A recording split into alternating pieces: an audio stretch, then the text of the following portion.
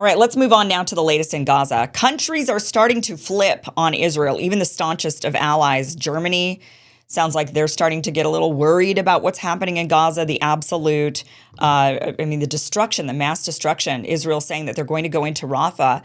Netanyahu is just looking more and more like a madman. People even inside of Israel are starting to have zero confidence in Netanyahu. So Israel is losing not only staunch allies, they're losing people inside of their own government. They're getting strong rebukes from around the world. South Africa has issued another motion to the ICJ demanding that they put more restrictions on Israel or demand more from Israel because of the latest issue with the food crisis, with the absolute famine that is sweeping over Palestine. Northern Palestine is northern Gaza is in a state of famine. Southern Gaza is about to reach a real critical state of famine. So it's very bad there, to where people are getting really uncomfortable. Now, Germany has been one of the staunchest allies of Israel. Much like the United States, Germany feels, Germany's a staunch ally because Germany feels guilty. Germany feels bad. Germany just says, okay, you do whatever you want to do. We're not going to get on your case about anything because once we start criticizing you, Germany doesn't really feel like they're in the place where they can criticize Israel. So they don't. They instead just say, you're great, you're wonderful, anything you do is okay. But now they're starting to get uncomfortable. Here's Olaf Scholz talking about the discomfort Germany is now, showcasing the discomfort that Germany is now having about what Israel is doing to Gaza. Watch this.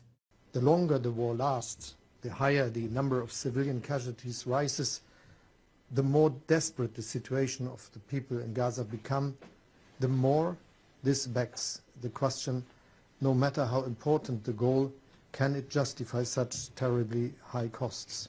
Or are there other ways to achieve your goal? Take the ground offensive in Rafah. The military logic is one consideration, but there is a humanitarian logic as well. How should more than 1.5 million people be protected? Where should they go?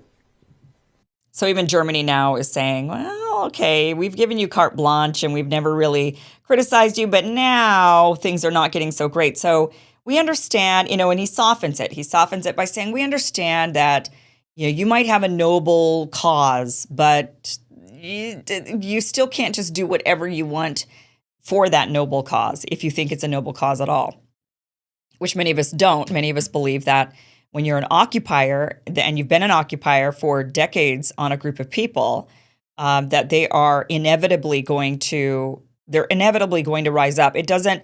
The violence is always the violence is always bad. Violence is always awful, but it is unfortunately a product of inhumane conditions and inhumane, just treating people completely inhumane. Never is it, when we look at occupier and occupied, and I hesitate to use that language simply because so many on the right who are still pro-Israel and trying to defend Israel believe that this is just some sort of a woke movement, that defending Palestine and defending Gaza is just wokeism, brain rot from watching too much TikTok. And but the reality of it is that whenever there's an occupier, the occupier it's incumbent upon them to make the change. Nobody blames the occupied for rising up or for having resistance of any kind, even when the resistance is atrocious, even when the resistance is barbaric. People don't still view the resistor as the bad guy fully in a situation like that. People instead say, well, you've been subjugating them, oppressing them, occupying them, harming them for years and years and years and years. What did you expect them to grow up like? How did you expect them to be? If you, for example, abuse a child from the time they're young, and which many of these Palestinians have only known occupation, especially the fighting age ones, the ones who are now the fighters, they certainly have only grown up in very harsh occupation. So if you grow up and you have an abusive family and how do you expect that kid to turn out when they're 18, 19, 20? People don't look at the kid and say, you are inherently evil. You were just born evil. Nobody thinks that. Everybody says, well, they turned out that way because they were abused atrociously from the time they were young. And so they then turned out to be awful. Now that would be that's so it's one thing if you grew up that way and then you ended up being just like a murderous person on your own and you went out there and you started just randomly killing people, right? Then there even still is, even though we condemn that, we put that person in jail, we put that person in prison, there is still that sympathy, right? There's still a layer of sympathy where we say, well, but look at how they grew up. How did you expect them to turn out? And so judges, even in court, would be softer on punishments and instead would try to pad the sentence with something like therapy and going into a mental institution or something along those lines. But that's not what's even happening with the Palestinians.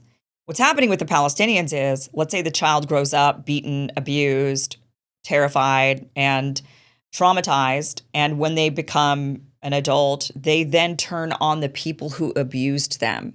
They didn't go out in the world and start terrorizing everybody in the world and start just being murderous monsters. They instead directed their anger and they directed everything at the people who harmed them from the time that they were young. In that situation, people really don't blame the perpetrator of the ultimate crime, right? So let's say you kill your parents. I mean, this is all, there's never any good example, but the whole thing is atrocious. What happened on October 7th was terrible and atrocious and terrifying and mortifying. What's happened to the Palestinian people all these years is also terrifying, mortifying, and atrocious. And what's happening right now to the people in Gaza is as well. So I know these analogies, though not perfect, they just paint the picture. They make a point. The point being that what we're dealing with is actually worse, much, much worse than what I'm even talking about. But if a young person is abused, gets older, and murders their abuser, people don't blame as much. They're probably still going to have a punishment.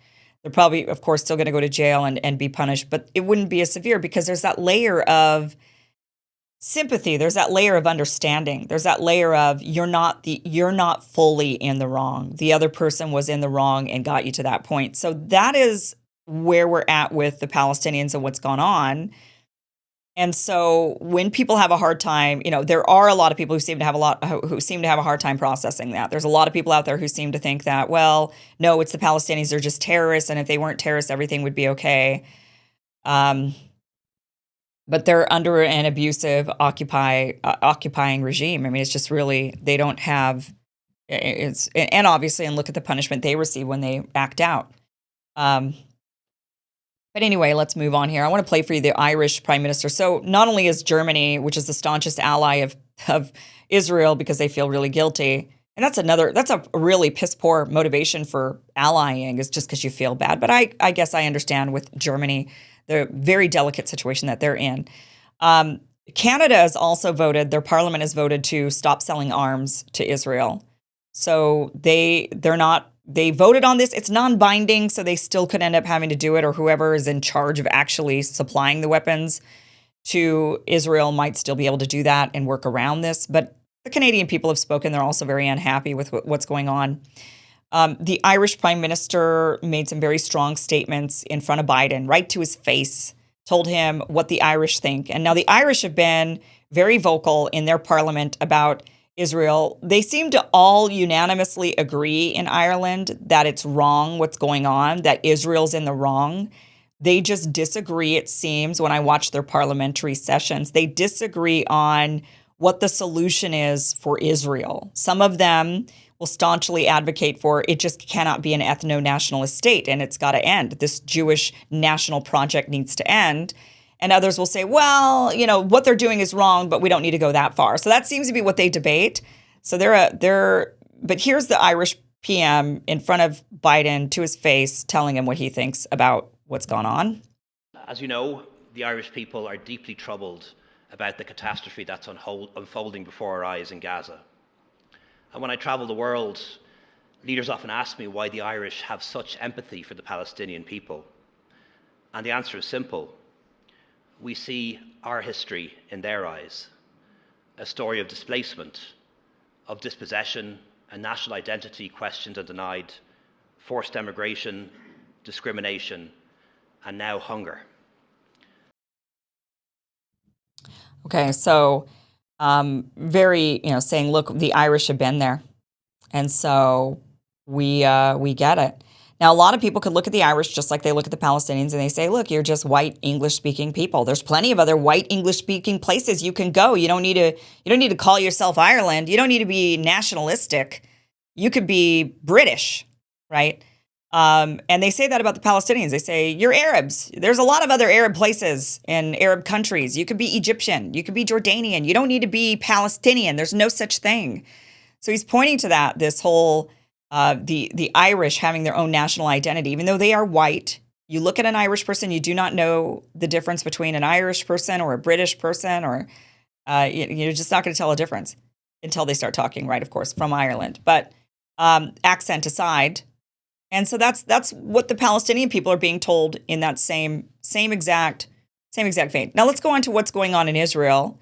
So you've got the Canadians turning, you got the Germans turning. That's a big one. Ireland has always been as feisty as they are, but it's really nice to have him say it to Joe Biden's face.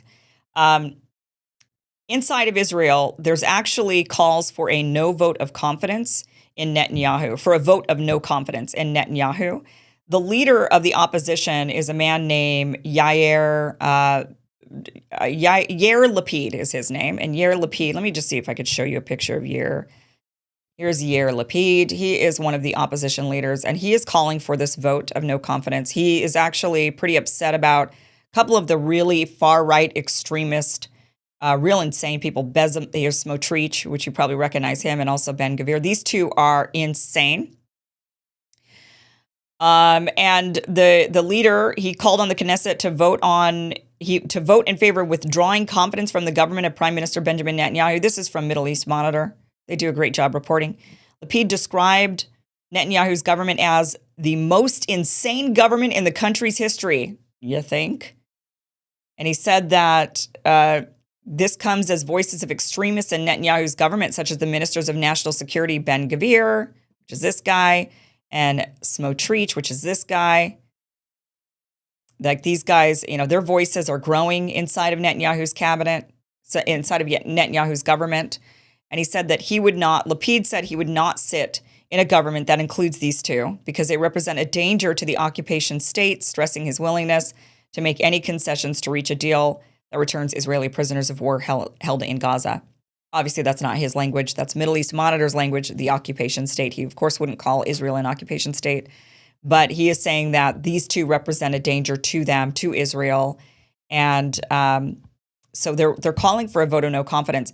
Meanwhile, many different leaders around the world are instead meeting with Benny Gantz rather than Netanyahu. So they're making phone calls to the opposition leader, another opposition leader of Netanyahu.